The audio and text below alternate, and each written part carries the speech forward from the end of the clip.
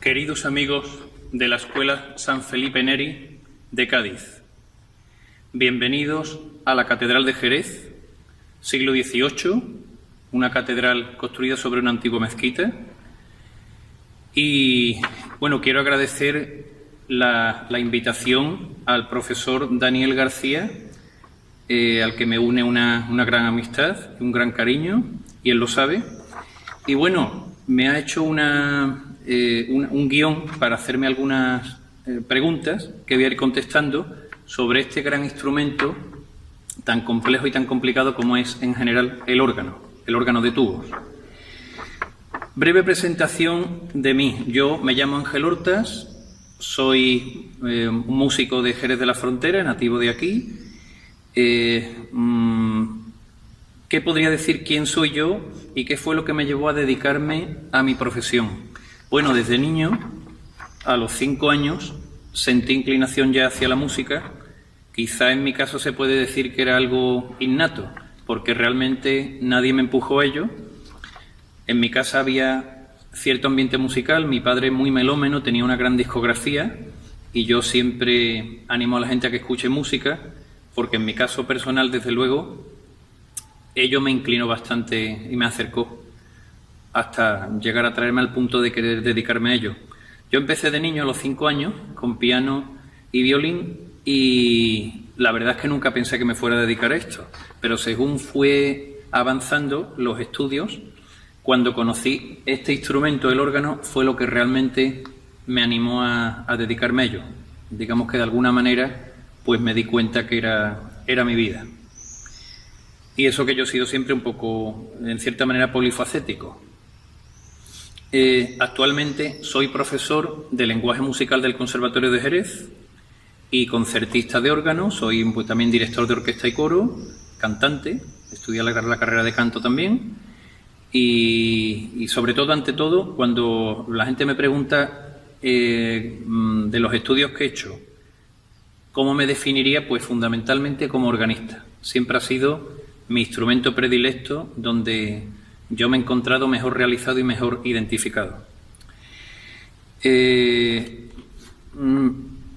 Dice aquí en el guión que me ha enviado amablemente Daniel, dice: muchos interesados por conocer el órgano se encuentran leyendo a menudo términos que al menos al principio pueden parecernos algo extraños: registros, consola, secreto, pedalera, etc. ¿Podrías explicarnos un poquito en qué consisten y cuáles son los componentes que forman este instrumento?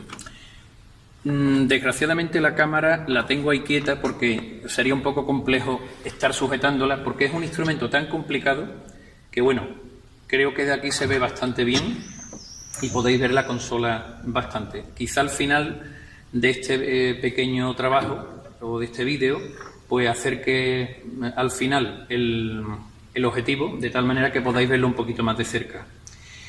A ver, el órgano se compone fundamentalmente, podríamos decir, de dos grandes partes. Una es el instrumento en sí y otra los fuelles.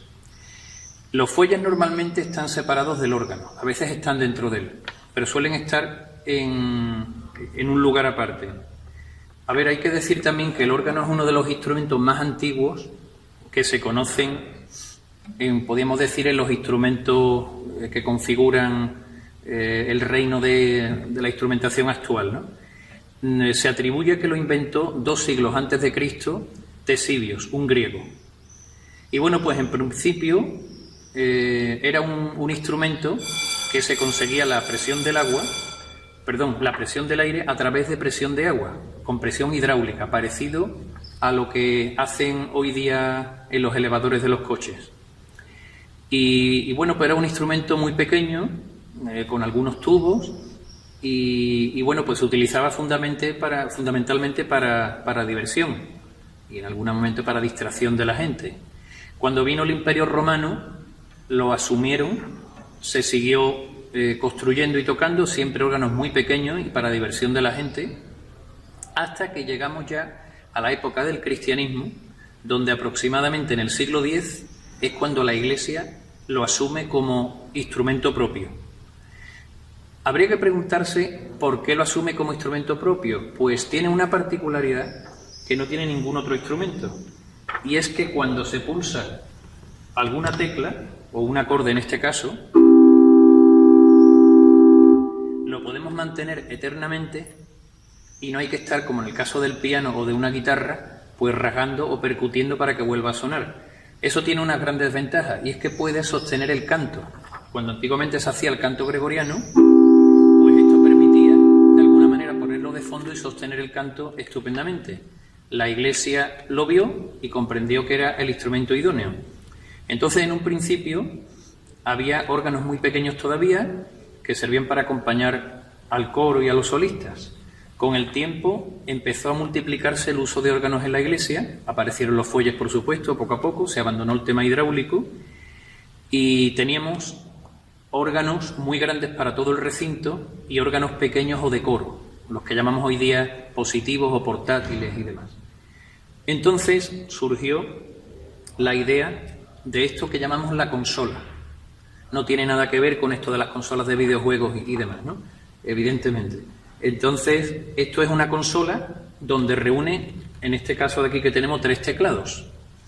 Los teclados tienen su propia personalidad. Precisamente este teclado de aquí abajo, el primero, le llamamos positivo o coro, porque digamos que lo que hizo es unir los órganos que había en el mismo recinto en una sola consola para que el organista no tuviera que estar cambiando de lugar cada vez que tocaba o tener 2 o 3 organistas, sino uno solo poder manejarlo. Tenemos el primer teclado, que le llamamos normalmente el positivo o coro, que es un teclado normalmente como más pequeñito, con registros más suaves. En medio solemos tener el que llamamos el gran órgano, que vendría a ser el equivalente al órgano del recinto entero, donde están los juegos más grandes y más potentes. Y luego, con los siglos, digamos, pues empezó a agregarse un mayor número de teclados, llegando, por ejemplo, en el caso que tenemos aquí, el tercero, que le suelen llamar recitativo o expresivo, que reúne registros solistas, de expresión, más romántica, etc. ¿Qué son los registros? Pues aquí veis todos estos botoncitos que se van iluminando según yo los abro, y consiste en lo siguiente. Voy a explicar cómo funciona un órgano. El aire se genera en los fuelles. Antiguamente, como no había electricidad, se tenía que contar con un grupo de personas que accionaran a los fuelles. Entonces la iglesia pues estaban contratados y tendrían su sueldo y tal. Entonces el organista generalmente tenía algún artilugio al lado, una especie de, digamos, de alambre, de cuerda, que de alguna manera hacía una señal, y entonces los que le llenaban los fuelles, que tenían nombres como manchadores, fuelleros, etcétera, pues su misión era simplemente darle a los fuelles y mantenerlos llenos, independientemente de lo que oyeran o vieran. Debía ser un poquito pesado. Entonces hoy día eso se ha solucionado pues simplemente con un ventilador, una turbina eléctrica, que es un ventilador realmente, produce aire, lo insufla a los fuelles y están siempre llenos. Entonces el aire va a los fuelles. Normalmente, depende del tamaño del órgano, hay un gran fuelle general y luego dentro del órgano a veces hay otros fuelles independientes. Entonces el aire entra dentro de una gran caja hueca que se llama el secreto. El nombre de secreto quizás venga pues porque parece una caja pero alberga muchos secretos dentro, nunca mejor dicho. Digamos que lo que hace es distribuir, es como la red nerviosa o eléctrica, como si nuestro cerebro con los nervios pues se comunica con los diferentes músculos y demás para poder actuar. Pues en el órgano esa red de nervios sería el secreto. El aire llega y se acumula en una especie de cavidad donde está ahí a presión. Encima de esa cavidad hay unas cancelas largas y cada una es una nota musical. Entonces, por ejemplo, la nota do tendrá en la especie esa de caño muy largo todos los tubos que corresponden a la nota do de los diferentes registros y familias.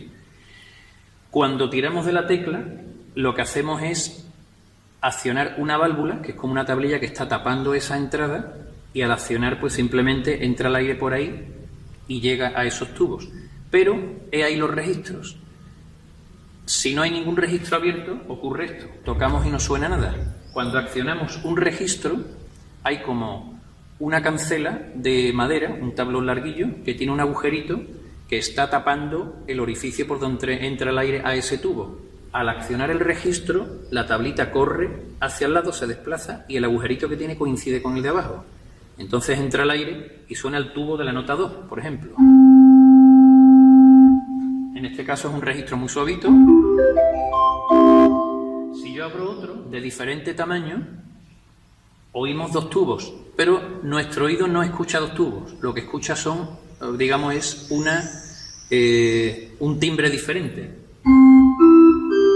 Porque lo que estamos haciendo es jugar o trabajar con los armónicos de la escala musical en general. Y estamos en este caso potenciando el armónico número 3. Entonces nuestro oído realmente no distingue 2 tubos, salvo que estén desafinados, por supuesto. Entonces sí que se notan, para desgracia. Y entonces oímos un timbre diferente. Entonces estos son los registros. Bueno, digamos, hay varias familias de tubos. Podríamos decir que la más diferenciada podían ser los tubos de lengüeta y los tubos de flauta. Los tubos de flauta tienen una embocadura pues como la flauta de pico, digamos, del colegio. Una flauta pues donde hay un alma, el labio inferior y superior, se produce el roce del aire y suena, como el caso de lo que estoy haciendo sonar.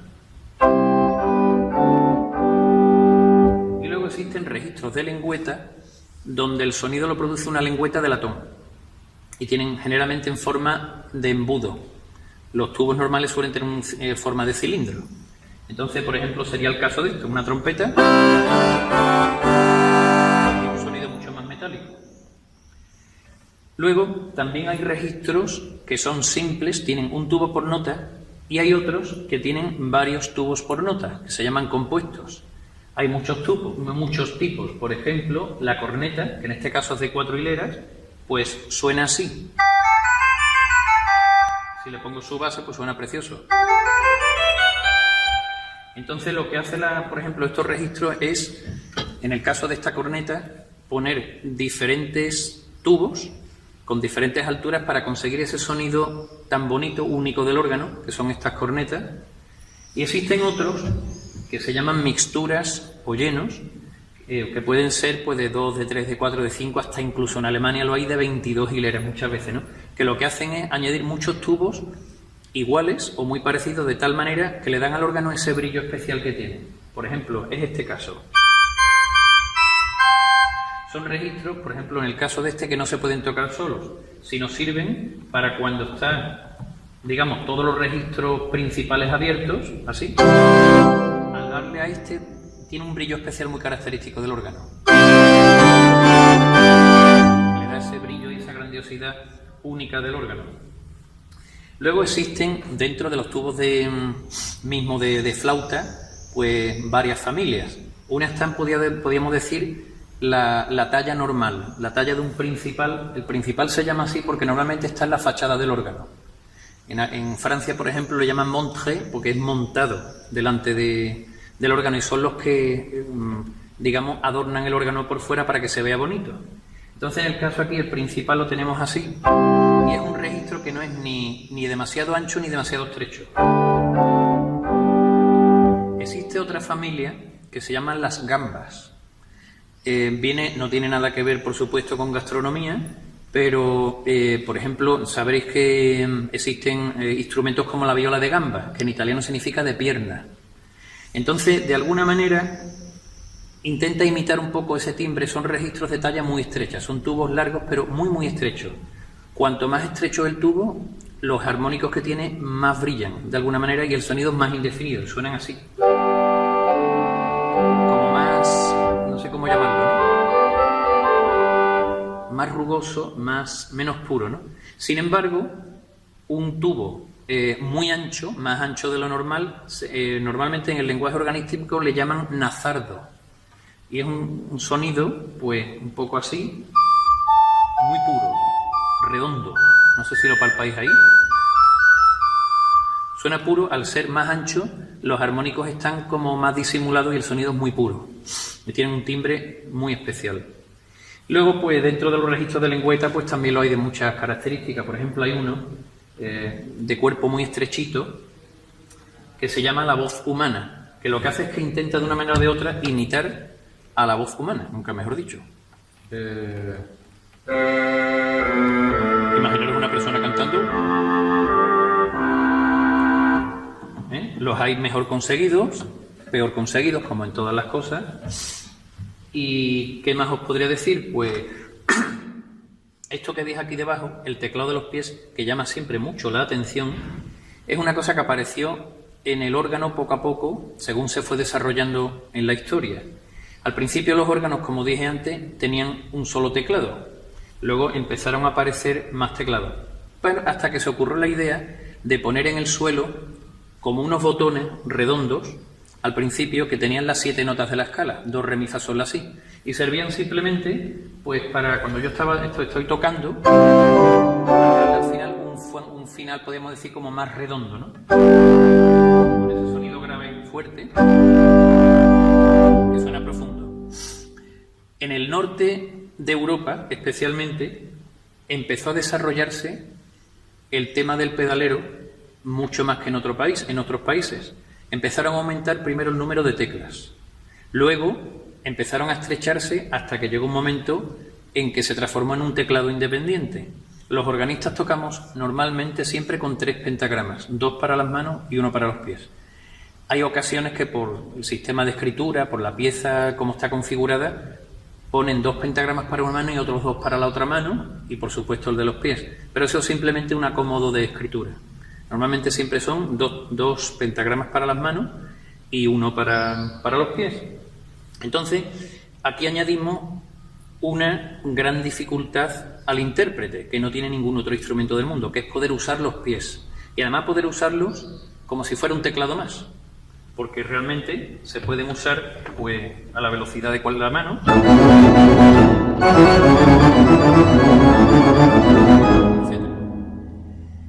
Es un recurso que tiene, que hace que el órgano se transforme en un instrumento gigantesco y de grandes posibilidades.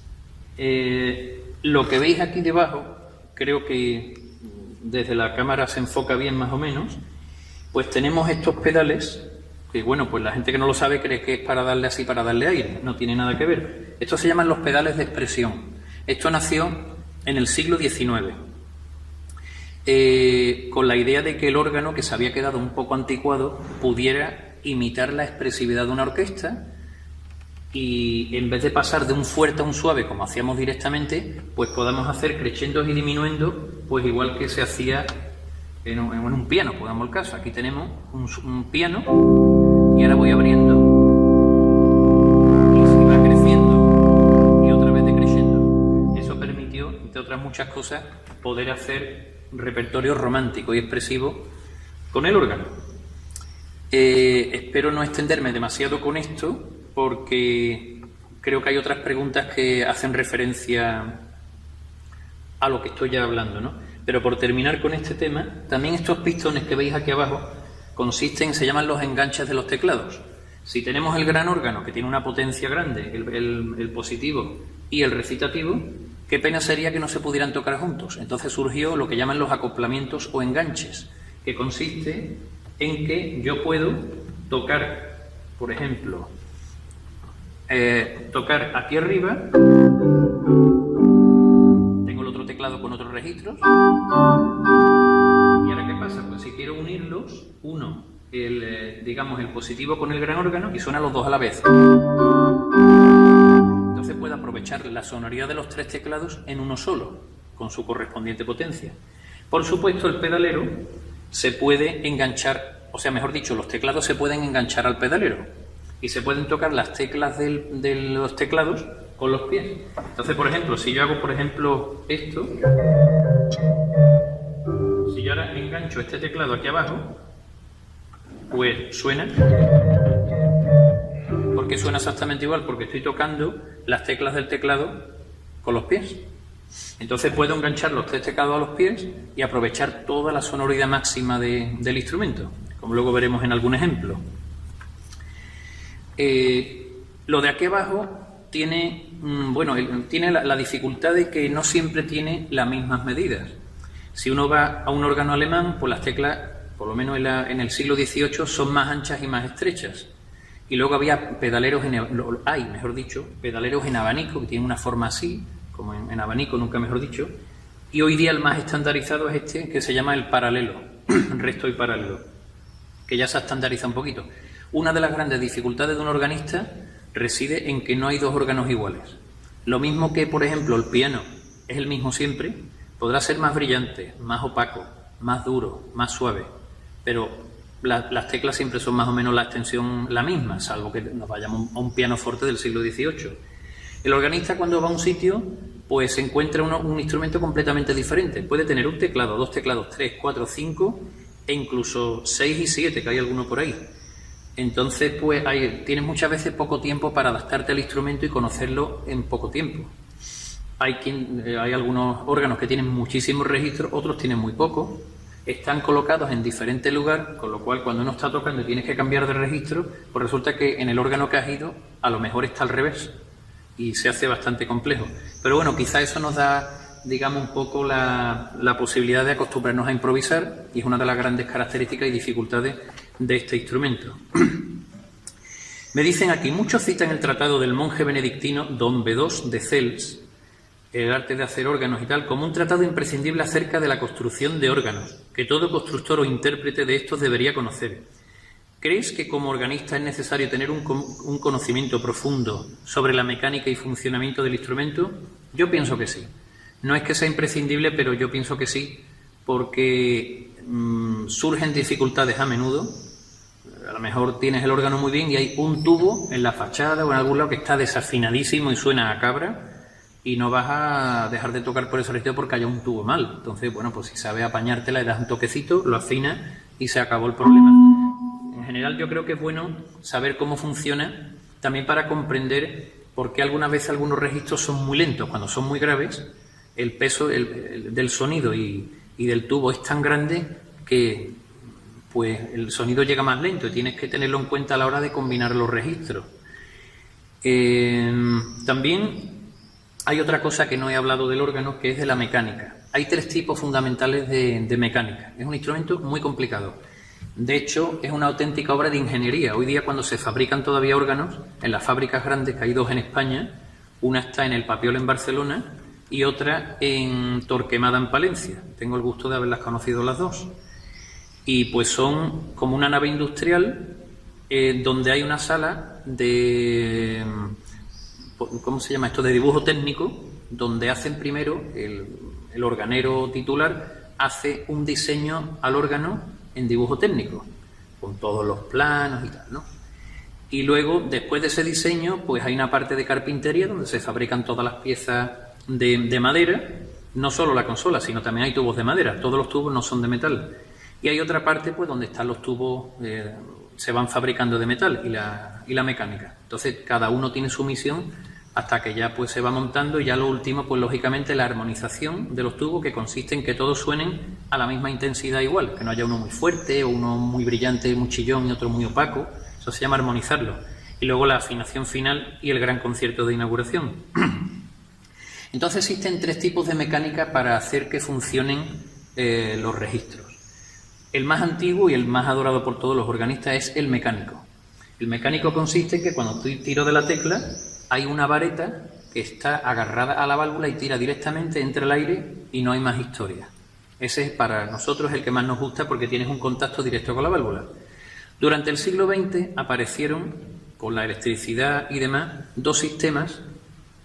Primero fue el neumático, que consiste en que, como las teclas del órgano a veces están muy duras cuando son órganos muy grandes, cuando se enganchan los teclados y tiene mucha presión de aire, cuesta bastante tocarlo. Y si enganchan los 3 o 4 teclados, os puedo asegurar que está duro, pero muy duro. Y como no tengas costumbre, puedes hasta llegar a decir esto no hay quien lo toque.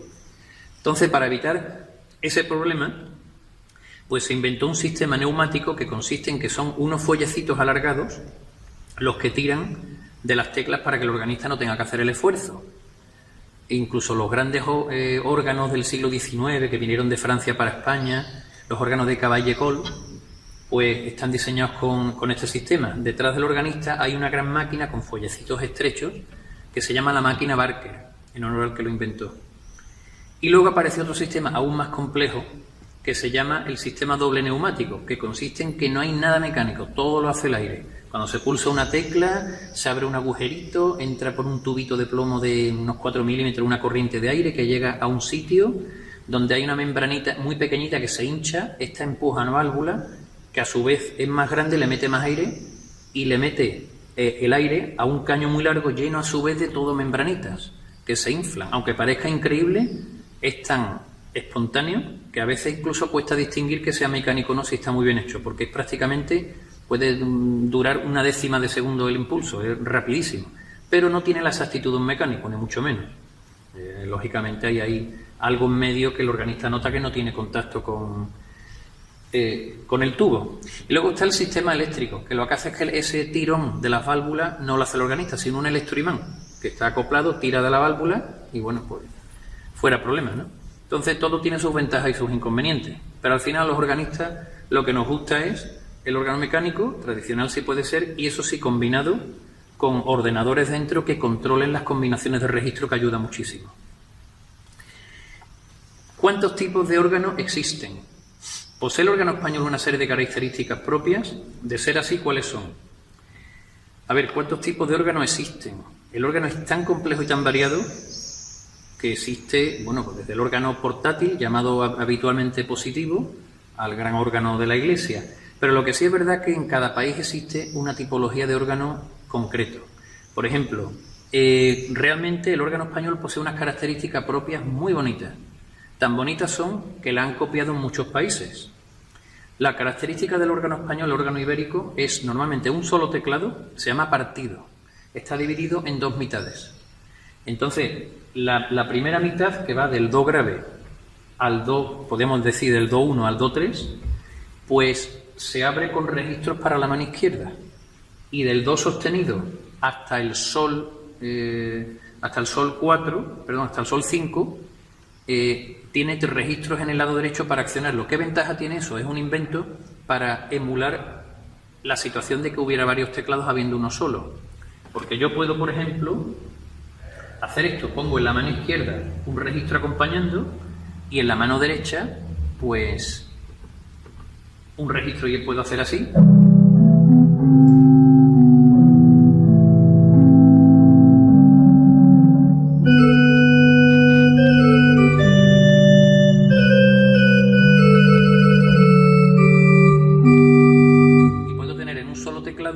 Dos sonoridades completamente diferentes, tanto la mano derecha de solista como la izquierda y demás. Digamos, una de las características principales del órgano español, el órgano ibérico. Pero también hay otra, que aquí no la tenemos ahora mismo para enseñarla, que son, lo habréis visto muchas veces en iglesias, tubos de trompeta que están horizontales, que cuelgan del aire y se llaman en batalla. Es una característica absolutamente del órgano del siglo XVIII español, original de aquí. El sonido es más brillante, más incisivo, y es tan bonito que en muchos países, especialmente en Francia, pues lo copiaron. Entonces, cuando veáis en cualquier sala del mundo un órgano que tiene la trompetería toda así horizontal, es decir, eso es español.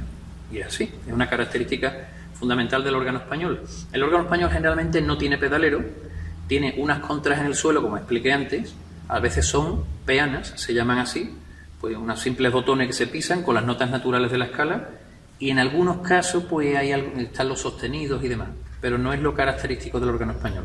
Eso fue más bien del norte de Europa, se fue extendiendo hasta que ya en el siglo XX llegó a España.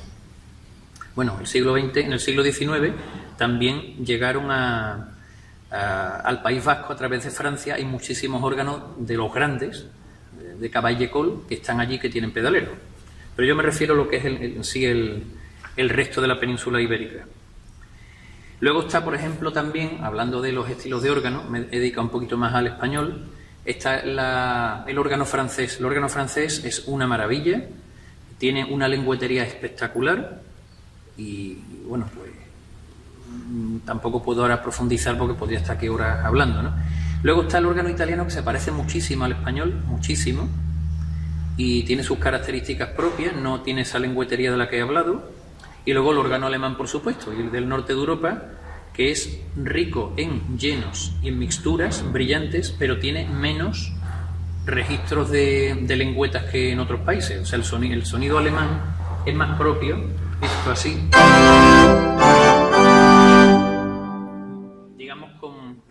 con menos uso de la lengüeta, por supuesto la tienen, y grandes y potentes, pero no tiene esa brillantez, por ejemplo, del órgano español en ese aspecto. Es característico. Luego dice, ¿qué características se dieron para hacer del barroco la época más fructífera en el órgano, para el órgano? ¿Por qué la figura de Johann Sebastian Bach es tan importante en este instrumento? ¿Qué significa para ti este autor? ¿Qué características se dieron? Si nos trasladamos al barroco, sabéis que los instrumentos se estaban todos desarrollando, estaba la cuerda, estaban las maderas primeras, el clarinete todavía prácticamente no existía como tal, incluso el clasicismo llegó luego ya más tarde, y bueno, pues cuando empezó el órgano a hacerse cada vez más gigantesco y más grande, pues realmente se le llamó popularmente el rey de los instrumentos. Era el instrumento que más posibilidades tenía, pues además se tocaba con los pies, entonces realmente era el rey de los instrumentos simplemente, el más complejo de todos, ¿no? Entonces, ¿por qué Johann Sebastian Bach tiene una importancia tan grande en este instrumento? Porque realmente se puede decir que es el rey del órgano. Sus obras maestras, ya dejando un lado que gusten más o menos, según el amor que se pueda tener a este compositor, son indudablemente obras monumentales que han quedado para toda la historia de la música. Y logró hacer del instrumento, pues, una orquesta para el solo. Entonces, son obras de concierto que se siguen tocando hoy día e impresionan a todo el que las oye. Realmente, en la pregunta, Daniel me conoce muy bien, ¿qué significa para ti este autor? Pues siempre ha sido mi ídolo y mi modelo desde que era niño. Lo he admirado y lo admiro profundamente, lo sigo estudiando, es todo un océano y un universo por descubrir.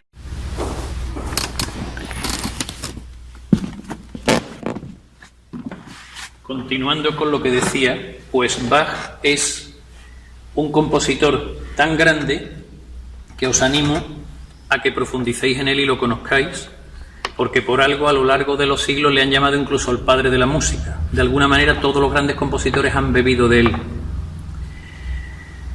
¿Piensas que las características del órgano como instrumento de grandes dimensiones y el progresivo abandono de este en sus formas más pequeñas, como la de los diferentes tipos de órganos positivos, órganos de pequeñas dimensiones que podían ser transportados más fácilmente, como el órgano de mano, el órgano de cuello colgado a este, afectó a su difusión más allá del ámbito eclesiástico? ¿Por qué crees que los órganos portativos fueron desapareciendo con el paso del tiempo? Bueno, los órganos, es muy difícil explicar el porqué de este abandono. Puede ser por falta de tradición en algunos lugares, como en España, por ejemplo, que hay menos tradición que en los países nórdicos, europeos especialmente, o incluso en Francia, donde no hay tradición de organistas, se ha perdido. Y también, pues, puede ser, de cada país podemos decir que las causas pueden ser de también falta de cultura, también la aparición en determinado momento de un instrumento, aparte, que se llama el armonio. El armonio es una especie de sucedáneo del órgano, que se ve en una consola con un solo teclado y se acciona con dos fuelles con los pies, y lo que suenan son lengüetas. De alguna manera trata de emular o imitar al órgano, y se hizo para un poco para cuando no había órgano, pues para en su lugar ocupar ese sitio que era más barato, lógicamente. Luego hoy día pues también la aparición de teclados eléctricos, porque los enchufan, no hay que afinarlos, y tienen un poco esta ventaja. Pero entre una cosa y otra se están perdiendo muchos órganos, se han perdido, y es una verdadera lástima. Los que estamos en el mundillo pues luchamos porque esto no ocurra, pero realmente hay falta de interés muchas veces en las autoridades. En otros países no pasa esto. En Alemania, por ejemplo, en Francia, en otros países europeos, pues hay organistas a sueldo, donde los órganos están de primera, hay ciclos de conciertos. En el mismo País Vasco, por ejemplo, hay unos órganos monumentales y tienen unos ciclos de órganos y están mantenidos por el gobierno de allí. En fin, no sé si algún día tendremos esa suerte, pero creo que debemos luchar por ello. ¿En qué difiere la técnica del órgano de otros instrumentos de teclado? ¿Cómo se afina? Pues mira, la técnica del piano, como sabréis, es percutiva, en el sentido de que cuando se pulsa la tecla hay un mecanismo sencillo que empuja un macillo que golpea la cuerda. Entonces la cuerda es percutida. Depende de la articulación que usemos, del codo, del brazo, de la muñeca y tal, el sonido será más fuerte, más piano, también más agresivo, más dulce, según. Pero en la técnica del órgano es completamente distinta. Es prácticamente igual que la de un clave o un clavecín. En el clave, como habréis oído en alguna ocasión, la cuerda tiene debajo una uña de plástico, antiguamente era de pluma de ganso, Cuando se pulsa la tecla se levanta, la uña tira de la cuerda, suena y al caer un apagador de fieltro la silencia, la apaga. Es muy elemental, pero eso sí, si hiciéramos un gráfico, cuando se va pulsando la tecla poco a poco, hay una dureza, una tensión en el dedo que sube en línea recta hasta arriba, pero cuando la uña vence esa resistencia queda libre, entonces caería en picado. Podría ser una curva y luego cae en picado. En el órgano es exactamente lo mismo. La única diferencia es que el órgano es mucho más duro, el peso es más grande. En el órgano hay que vencer la presión del aire que está empujando la válvula, que impide que se abra, pero además tiene un muelle que hace que esa válvula esté pegada al secreto por abajo. Entonces tenemos a dos resistencias. Como la presión del aire muchas veces alta, cuesta. Entonces vas apretando y hay una dureza igual que la de la uña, pero mucho más fuerte, claro. Cuando se abre una rendija el aire ya puede penetrar, entonces digamos que cae en picado esa resistencia, ¿no? Entonces la técnica del órgano y el clave pues prácticamente la misma, solamente eso que el clave es como mucho más delicado, ¿no?, en ese aspecto. ¿Cómo se afina? Bueno, pues la afinación, si es un órgano grande, es pesada y complicada, porque hay que, en realidad, teóricamente habría que afinar los tubos uno a uno. Si hablamos de órganos que van, pues, desde algunos pequeños 600 tubos hasta algunos que pueden tener 30.000 tubos o más, pues podéis imaginar. Lo que sí es verdad es que hay registros que no se desafinan si están bien hechos. Muchos registros de flauta normalmente no se desafinan. Los que más se desafinan son los de lengüeta, las trompetas y demás. Cuando hay un cambio de estación, de frío a calor o de calor a frío, siempre hay que darle un gran afinado, porque si no, literalmente parece un rebaño de cabras. Y mira que luego suena bonito, pero es así. A veces también hay que decir que la afinación de los órganos es complicada porque hay órganos que no están pensados para que el organero luego trabaje. El organero es el técnico del órgano. Y a veces hay que meterse medio buceando debajo de los secretos, aparece ahí sin espachurrar tubos en lugares hasta peligrosos.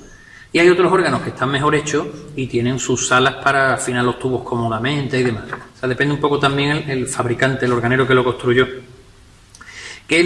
¿Cómo es la pedagogía y la enseñanza del órgano?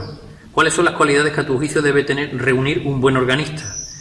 A ver, pues se dice, curiosamente, cuando a un organista llega, se le dice lo primero que se olvide de lo que ha aprendido en el piano, porque la técnica no puede ser percutiva.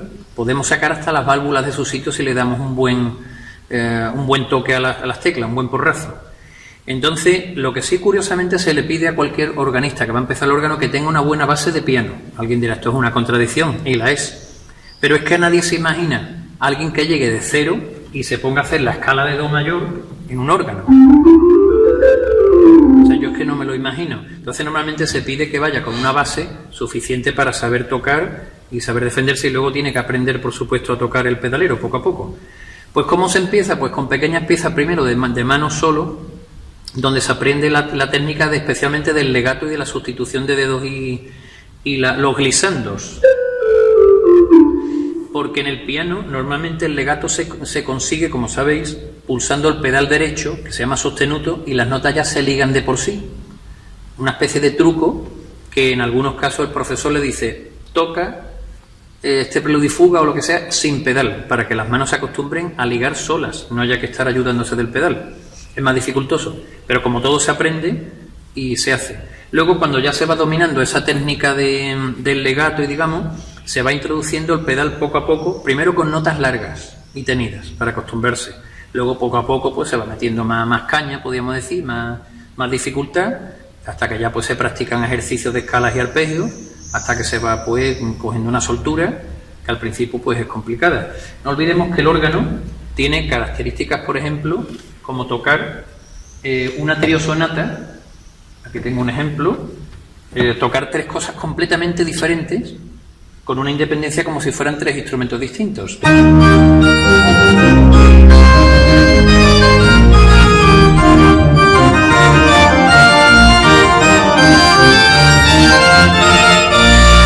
Etcétera, por ejemplo. Esto es el único instrumento del mundo que puede hacer eso. Luego, ¿qué cualidades debería reunir un buen organista? Bueno, supongo que un buen control rítmico, un buen dominio psicomotriz de lo que está uno haciendo, capacidad muy importante de improvisación. Muchas veces te dan una melodía y te dicen, acompaña este canto. La melodía viene sin acordes, sin nada, pues tienes que hacer una armonización, que lo suyo es que haga una armonización bonita, rica, y bonitas, en general. Pues depende ya un poco el dominio de la armonía que uno tenga y la pericia, pues para hacer un acompañamiento digno y precioso o un churrete, como todo en la vida. Y también hay momentos en las ceremonias, sobre todo religiosas, pues que hay espacios vacíos que tienes que rellenar y a lo mejor en ese momento no pega una pieza porque la tienes que mutilar, la tienes que cortar y lo mejor es improvisar. Entonces, pues yo diría que el organista tiene que tener la capacidad de tener 20 cosas en la cabeza, aparte de lo que está tocando. Es así, es una de las características de este instrumento. Cuando observamos la disposición en la que se encuentra orientado la consola de muchos órganos antiguos, podemos observar que tanto dentro de las iglesias como en las salas de concierto, estos están dirigidos hacia el sentido opuesto donde se encontraría el sacerdote durante el oficio o, en este último caso, el director de orquesta. ¿Cómo puede mantenerse comunicadas y en sincronía ambas partes a lo largo de tan vastas distancias? Bueno, esto desde antiguo se ha solucionado sobre todo con espejos. De hecho, en la ópera y la zarzuela, cuando está el director y la orquesta en el foso, ¿cómo se comunicaban antiguamente con alguien que hacía un coro interno y no había electricidad ni nada? Pues con espejos. Se pone un espejo aquí, quedaba con espejo de otro lado y podían ver al director dirigiendo. En el órgano se sigue usando esto muchísimo. Está uno tocando y tiene un espejo muchas veces delante y ves el altar que está allí detrás. A mí se me ha dado el caso de haber estado tocando en un órgano pequeño como hay aquí en Jerez, un positivo, y acercarse a alguien y decirme con mucho misterio, perdone la curiosidad, ¿para qué es el espejo?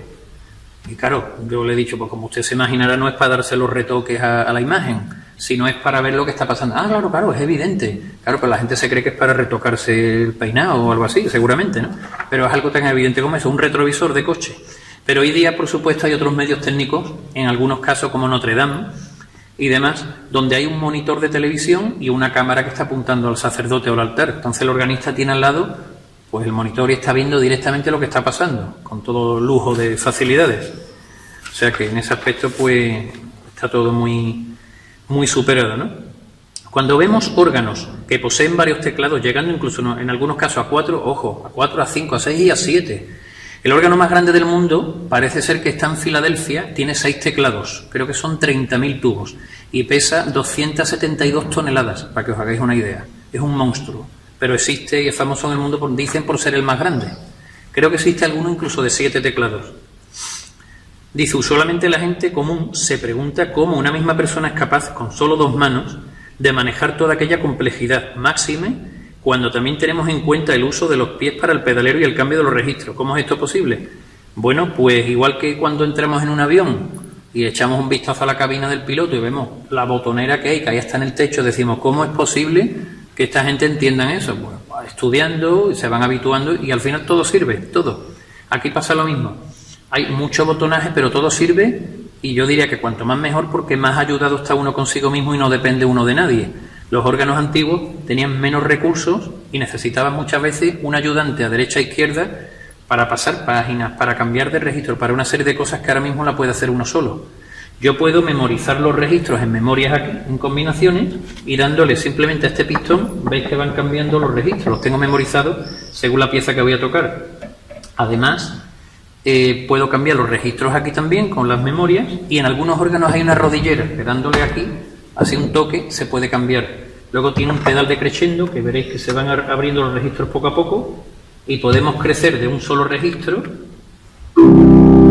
lo máximo. Por ejemplo, en ese aspecto, pues, todo hace falta y se va habituando uno. Yo pongo siempre un ejemplo. Cuando uno estudia el carnet de conducir y aprende a conducir, te dice el profesor, mete la primera. Normalmente todo el mundo hace así, localiza la palanca y pone la primera. Cuando pasan los años y estás acostumbrado, todo el mundo mete la primera y no se pone a mirar la palanca porque estás habituado. Aquí pasa lo mismo. Te habitúas a la distancia, cuando tocas las teclas no estás todo el día mirando dónde ponen los pies. Sería una locura. Entonces, como todo en la vida, pues se aprende con estudio lento y paciente y se logra. ¿Posee la Catedral de Jerez algún tipo de programación habitual o ciclos alrededor del órgano? Pues efectivamente la hay, afortunadamente. Hace ya varios años pues conseguimos que tengamos un ciclo alrededor del Corpus, que es ahora en junio precisamente, y en torno a la Navidad. Y la verdad puedo decir que la catedral, que es muy grande, se llena y no bajamos nunca de 1000 personas de público. Aquí detrás, que está la sede del coro, hasta la gente se sube en lo alto de las gradas del coro, y es un instrumento que atrae mucho la atención, gusta, porque llama la atención por lo espectacular que es verlo de cerca, los pies y las manos, los registros, atrae mucho, y la verdad es que gusta mucho. Ahora, por supuesto, está todo suspendido y aplazado con lo del coronavirus, pero esperemos que todo pues, pueda volver algún día a la normalidad. Aún hoy día persisten muchos perjuicios en el imaginario popular acerca del mundo del órgano, posiblemente debido quizás a la forma en que se ha utilizado en la música de cine, tales como que es un instrumento tétrico de película de terror, que está asociado al mundo eclesiástico, que es imposible disociarlo de él, y escucharlo fuera de este si no eres creyente. ¿A qué piensas que se deben estos prejuicios? Pues precisamente, tal como ha dicho la pregunta, fundamentalmente al cine, más que nada. Porque claro, como ha habido películas como El fantasma de la ópera, donde aparece ahí en un sitio extraño con un órgano de tubos tocando la famosísima Toccata y Fuga, que tiene un carácter tan misterioso y tan especial y tan potente, pues entre eso también la han utilizado en películas de Drácula, y luego siempre asociado al mundo de la iglesia, pues parece que cuando suena una película pues tiene que sonar algo tétrico, misterioso, pero nada más lejos de la realidad. Hay piezas para órgano que además son transcripciones de grandes obras famosas que no tienen hasta nada que ver con la iglesia. Entonces, pues son prejuicios que se quitan fácilmente conociendo el instrumento más de cerca. No tienen ningún fundamento, digamos, ¿no? ¿Cómo animarías a los profanos en la materia a eliminar estos prejuicios y escuchar más música para este instrumento? Pues escuchándola, nunca mejor dicho. Yo animo siempre a mis alumnos a que escuchen música, porque la manera de amar la música es escuchándola, hay que conocerla. Entonces, pues precisamente buceando en YouTube y en Internet, que hay tantas cosas, veremos que hoy hay día incluso muchísimas transcripciones de obras famosas como Los maestros cantores de Wagner, el vuelo del moscardón de Rimsky-Korsakov, etcétera, etcétera, que están arreglados para órgano, que hacen que el órgano parezca una orquesta y además en una sala de conciertos, donde no tiene nada que ver con el mundo, podríamos decir, del miedo, hasta de la iglesia, ¿no? Entonces, pues también hay otra cosa que, digamos, es importante tener en cuenta, si se debe ser creyente o no para ser organista. No es que sea una condición sine qua non, pero sí que es verdad que el órgano en el 90% por lo menos, de las ocasiones está dentro de una iglesia, y normalmente se toca para la liturgia y para las misas. Entonces, claro, se puede ser, yo tengo compañeros que no son creyentes, son organistas y no son creyentes, pero sí que es verdad que es una situación un poco ambigua, porque yo no me lo imagino. Yo soy creyente, practicante y demás, y yo me imagino que estar en un mundo que no te gusta o que no comprende lo veo una auténtica locura, pero es perfectamente posible, no es una cosa, una condición sine qua non. De hecho, no olvidemos que también hay órganos en grandes salas de conciertos. Pues el Teatro Monumental de Madrid, pues en el mismo la Musikverein de Viena, donde los conciertos de Año Nuevo hay un órgano monumental, etcétera, que no tienen por qué estar metidos dentro de la iglesia. Pero sí que es verdad que es un instrumento muy relacionado con ella. Entonces, por lo menos, hay que tener una especie de acercamiento. El repertorio organístico está plagado de obras religiosas, porque es un instrumento que ha estado fundamentalmente dedicado a la iglesia. ¿Cómo piensas que va a afectar esta crisis al sector y al sector artístico y a la cultura en general en nuestro país? Pues todo apunta que desgraciadamente va a afectar muchísimo y mal. Si ya de por sí estábamos tocados, estábamos mal, y había esa marginación, falta de apoyo, de presupuesto, pues después de lo que está pasando, pues todo apunta a que vamos por muy mal camino. Hay que tener en cuenta, yo no me canso de decirlo, que en otros países la cultura se considera una riqueza y aquí se considera un lujo. Ese es el gran problema de este país, nuestro. Yo, las veces que he estado en Rumanía, en mi época más que me dedicaba a la dirección de orquesta, allí todavía no había entrado en la Unión Europea, como hoy día, y estaba aquello muy mal, cuando habían salido de la dictadura. Entonces, a pesar de la pobreza que había, en cada capital de provincia había siempre una orquesta filarmónica completa, con temporada de conciertos fija. Y yo incluso llegué a preguntarlo, ¿cómo es posible que se mantenga esta actividad con la situación que hay? Decían, es que esto es una riqueza del pueblo, no prescinden de ello. Aquí lo consideramos un lujo. Cuando una cosa se considera que es un lujo, claramente se corta y se tira cuando hay problemas. Los lujos fuera y vamos a lo que vamos. Ese es uno de los grandes problemas. Confiemos que aquí no ocurra tanto como nos estamos temiendo. ¿Nos podrías contar alguna anécdota que te haya ocurrido en tu oficio como organista? Pues bueno, anécdotas puede haber montones. Por ejemplo, puedo contar una, se me viene ahora a la cabeza, una vez dando un concierto de órgano y trompeta en el Carmen de Cádiz, que es un órgano doble neumático. Entonces, afortunadamente conozco muy bien la mecánica de los órganos y de ese especialmente. Entonces estaba tocando un famoso preludio y fuga de Bach muy difícil, de los más difíciles que hay, y la lengüetería, que es lo que más fuerte suena del órgano, había dejado de funcionar en medio de la pieza. Entonces, según iba tocando, iba diciendo, ¿qué pasa aquí? Yo estaba arriba en un coro y no me veía la gente. Entonces el trompeta de repente empezó a notar algo raro hasta que vio que cuando tocaba el sujeto de la fuga,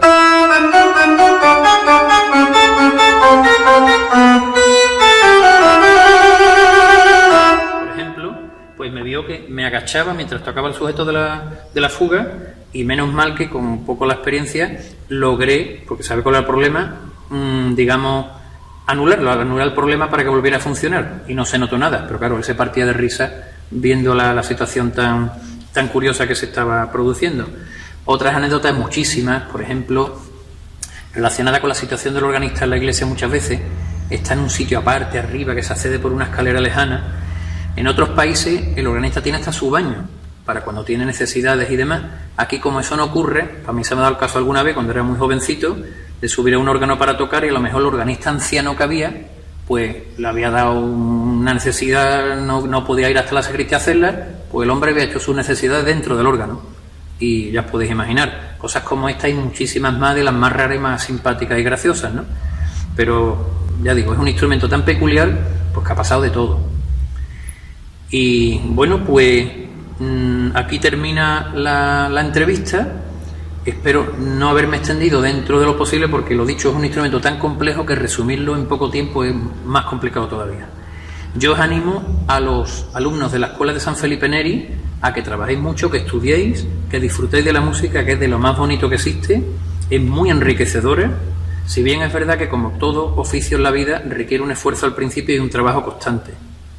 Pero luego el enriquecimiento de saber tocar un instrumento, de disfrutarlo, te acompaña toda la vida. Es algo que no tiene parangón con nada. Tenéis ahí grandes profesores, entre ellos a Daniel, que es un gran amigo, un gran profesor, un gran profesional, un gran músico, y pues animaros a todos a estudiar constantemente. Agradezco mucho haber estado aquí con vosotros, esta entrevista, espero que os haya gustado, y lo dicho, hasta siempre, estoy a vuestra disposición en la Catedral de Jerez, a lo que necesitéis. Muchas gracias a todos.